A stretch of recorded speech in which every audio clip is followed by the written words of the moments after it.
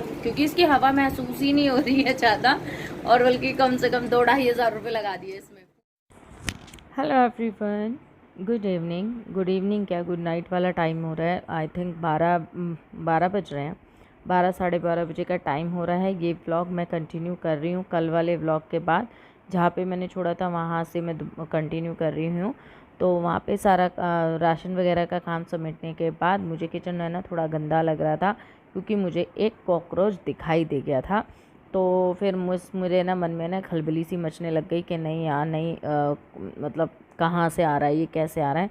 फिर मैंने अपनी पूरी, मैं गैस वगैरह तो मांझ देती हूँ, पर मैंने ना फिर मिक्सी वगैरह डब्बे शब्बे सब हटा के टेल वेल सब, क्योंकि कई बार क्या होता है ना कॉकरोच छोटे छोटे से कहीं सुराग उराग होते हैं ना, उसमें भी घुसे हुए होते हैं। सो फिर मैंने पूरी रसोई अपनी मांझ दी। टाइम ज़रूर लगा बट भैया मैंने पूरी रसोई मांझ दी, जूने से पूरी टैल वगैरह सब साफ़ कर दी अच्छे से, और अच्छे से पानी डाल डाल के धो दिया मैंने। देखिए पानी डाल डाल के मैंने पूरी धो दी है। पर यह है कि जब ऐसी चीज़ें करो ना तो दिल को बड़ा सुकून आता है, जब वो साफ़ सुथरी दिखाई देती है ना तो बहुत अच्छा लगता है। टाइम लग जाता है बट क्या है ना, उस टाइम पे दिल को सुकून बहुत अच्छा आता है। मैंने पूरी रसोई क्लीन करने के बाद सिंक वगैरह सब मांज दिया था। तो ये आते वक्त है ना सब्जियां लेकर आए थे, कुछ फ्रूट्स लेकर आए थे, तो वही मैं इन सबको मैंने ना इसके अंदर डाल लिया है। बस भिंडी वगैरह फली वगैरह नहीं डाला, पहले मोटा मोटा आइटम डाला था। तो वो सब धो धो के रख रही हूँ, क्योंकि जो टूटी के डायरेक्ट पानी से अगर हम धोते हैं ना, जैसे प्रेशर पड़ता है, तो अच्छे से क्लीन भी होती हैं सब्जियाँ और अच्छे से धूल मिट्टी भी हट जाती हैं। तो अच्छे से धो धो के मैंने ये सब सब्जियों को उठा उठा के रख दिया है। अदरक वगैरह सब धो दी हैं, और अब फिर उसके बाद मैं भिंडियों को धो दूँगी, क्योंकि वो मुझे अलग से रखनी पड़ती हैं, क्योंकि फिर काटने के टाइम पे छाटा छाटी होती है ना, इसलिए मैंने अलग रखे हैं। भिंडी हरी मिर्च वगैरह सब धो धा के मैं रख दूँगी। तो देखिए मोस्टली सब्ज़ी धुल गई है, भिंडी वगैरह भी मैं थोड़ी देर में धोती हूँ। और अब मैं आ गई हूँ अपने हॉल में, और मैंने खोला अपना फ्रिज भी मुझे गंदा लगा। तो बस मैं कह रही थी ना कि इस रात को तो मैंने बहुत ज़्यादा काम किया। तो चलिए, क्योंकि मैंने अभी रिसेंटली कुछ ही टाइम में वीडियो भी शेयर की थी अपने पुराने चैनल पे, तो मैंने अभी ही साफ़ किया था, ज़्यादा टाइम नहीं हुआ है बस। तो इसलिए मैंने सिर्फ एक कपड़ा लिया और कपड़े से ही सारा फ्रिज पोंछ दिया, क्योंकि बस ऐसे ही छोटा मोटा कुछ गिरा हुआ था, वैसे कोई बड़ी बात नहीं थी फ्रिज में।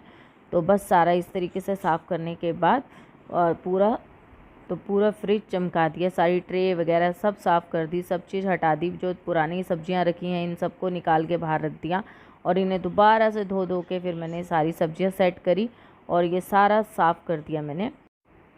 और जब ऐसे काम करते हैं टाइम लगता है, बहुत लगता है।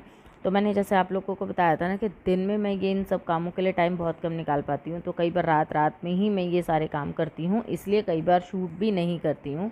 तो यहाँ पे देखिए मैंने पूरा फ्रिज अपना साफ़ कर दिया है, सब चीज़ें हटा हटा के, और अब हम इसके अंदर रखेंगे सारी सब्जियाँ।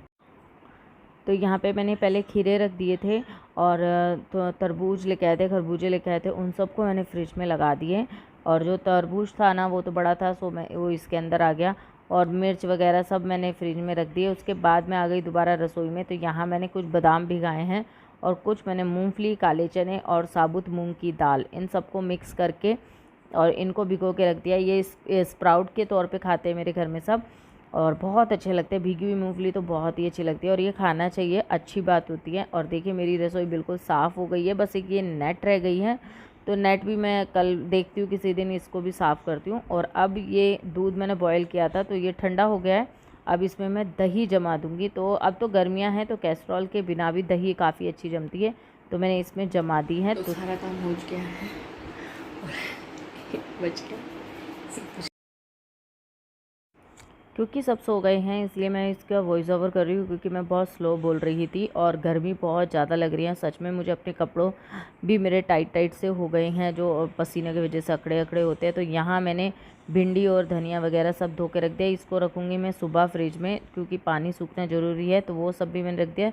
तो चलिए अब मैं मिलती हूँ आपको बाद में, कल मिलेंगे। जब के लिए बाय बाय, गुड नाइट।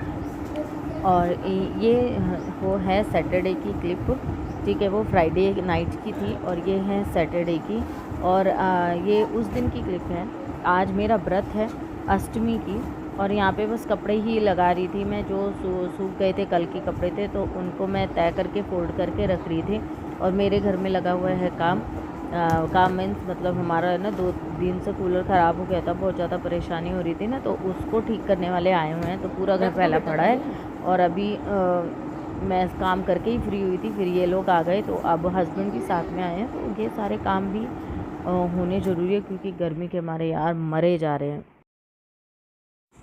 तो कपड़े फ़ोल्ड करने के बाद मैं आ गई हूँ किचन में क्योंकि काफ़ी देर से सब लोग लगे हुए हैं। इनके ऑफ़िस से एक बंदे और आए हैं और वो जो मैकेनिक हैं वो भी थोड़े बुज़ुर्ग से थे और धूप बहुत ज़्यादा हो रही थी। तो पहले मैंने सोचा कि रूह अफ़ज़ा बनाती हूँ, तो इन्होंने कहा रूह अफ़ज़ा नहीं, तू मतलब शिकंजी बना दे। तो मैंने कहा चलो ठीक है, तो फिर मैं शिकंजी बनाने आ गई हूँ। तो यहाँ पे पहले नींबुओं को निचोड़ रही हूँ और इसके अंदर बस चीनी डाल दूँगी, बर्फ़ डाल दूँगी और काला नमक ऐड करूँगी बस, और कुछ ख़ास नहीं करना। तो ये तो सभी लोग जानते हैं कैसे बनती है कैसे नहीं। तो बस ये सब करने के बाद ही मैं इन सबको दे दूँगी। और यहाँ पे ये भी आए हैं, बस इनसे भी हाँ मैं कुछ गप्पे शप्पे लगा लेती हूँ, कुछ ये मेरे को बोल देते हैं, कुछ मैं इनको बता लेती हूँ। तो ऐसे ही ज़िंदगी चलती रहती है, हमारी तो सभी की चलती है मतलब ऐसे ही।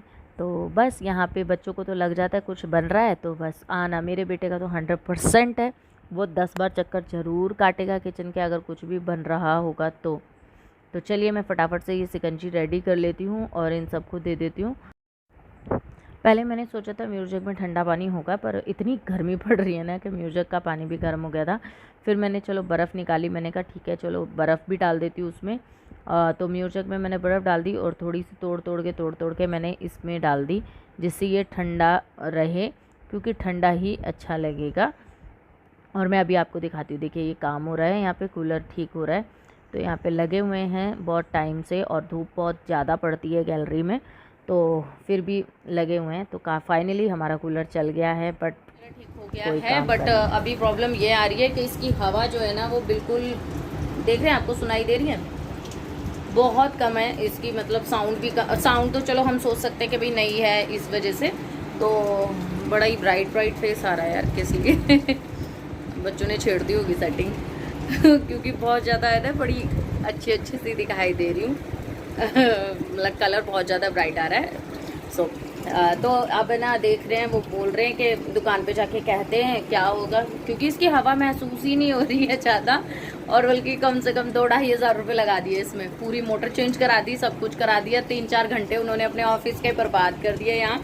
और हवा सिर्फ यहाँ महसूस हो रही है, यहाँ मैं खड़ी हूँ कूलर के पास में महसूस हो रही है, नहीं तो ये कूलर हमारे हॉल तक में मतलब ठंड पहुँचाया, मतलब वहाँ तक अगर ये मिनिमम आधा घंटा चल जाए ना तो हमारा पूरा कमरा इतना अच्छा हो जाता था, और वहाँ तक बैठे हुए इंसान को ठंड लग जाए। और ये तो ऐसा लग रहा है रात में भी कोई सुकून नहीं देने वाला और 2 दिन से बिना कूलर में रहना है ना, हमसे पूछो यार कितनी मुसीबत हुई। यहाँ एक तो इतने मच्छर है ना कि मतलब पूछो मत।